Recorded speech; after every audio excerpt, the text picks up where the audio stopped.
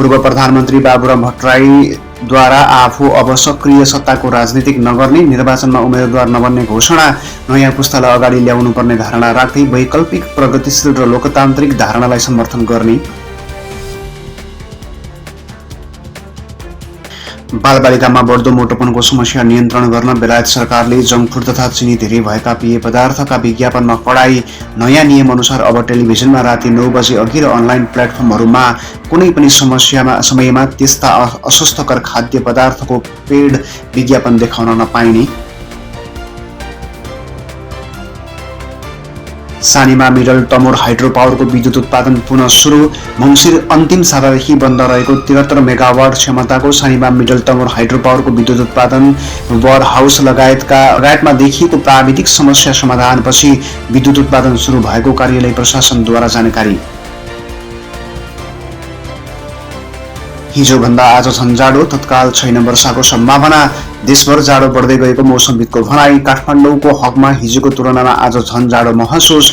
जल तथा मौसम विज्ञान विभागको मौसम पूर्वानुमान महाशाखाका मौसमविद डेभिड ढकालका अनुसार आज बिहान 5:45 बजे काठमाडौँको न्यूनतम तापक्रम 3.4 डिग्री सेल्सियस मापन, यो यस वर्षको हालसम्मकै कम तापक्रम पुष्टि। चिसोको प्रभावका कारण कञ्चनपुरका पालिकामा विद्यालय बन्द। कञ्चनपुर सदरमुकाम महेन्द्रनगर स्थित सबैजसो पालिकाको जनजीवन प्रभावित, बजार क्षेत्रमा चहल पहल घट्दो। लालझाडी गाउँपालिका, बेलोरी नगरपालिका र बेलडाङ्गे गाउँपालिकाले अत्याधिक चिसो बढेर जनजीवन कष्टकर बनेपछि सोमबार कञ्चनपुरका उक्त पालिकाहरूद्वारा विद्यालयको पठन पाठन बन्द।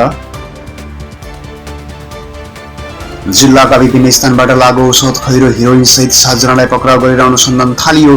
सबै अभियुक्तहरू इलाका प्रहरी कार्यालय लम्की र लागू औषध नियन्त्रण ब्युरो शाखा कार्यालय धनगढीबाट फर्किएको टोलीको नियन्त्रणमा। सहकार्यको गृह कार्यमा कांग्रेस, एमाले र नेकपा देउवासँग दाहालले नै संविधान निर्माणका बखत एकै ठाउँमा रहेका दलहरूबीच सहमति गरेर अगाडि बढ्नुपर्ने प्रस्ताव, त्यसमा देउवा तत्कालै सकारात्मक, ओलीको असहमति। ट्राफिक प्रहरीलाई ठक्कर दिने कारका चालक गुल्मीको रेसुङ्गा नगरपालिका वडा नम्बर 1 बस्ने 56 वर्षीय तेजेन्द्र थापालाई प्रहरीले लियो नियन्त्रणमा।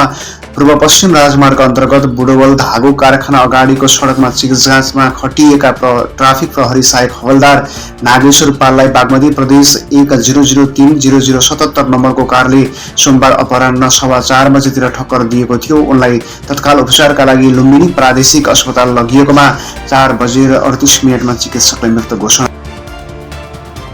नेकपा एमालेको केन्द्रीय सचिवालय बैठक जारी। ललितपुरको च्यासल स्थित पार्टी केन्द्रीय कार्यालयमा जारी बैठकमा समसामयिक राजनीतिक परिस्थितिबारे छलफल।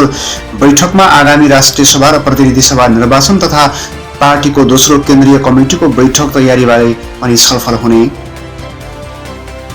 भेनेजुएलाका राष्ट्रपति मादुरो पहिलो पटक अमेरिकी अदालतमा, आफूमाथि लागेको आरोप अस्वीकार। संघीय लागू औषध तस्करी तथा नार्को टेररिज्म सम्बन्धी आरोपमा अदालतमा पेश गरिएका मादुरोले सबै आरोप अस्वीकार गर्दै आफू निर्दोष रहेको दावी।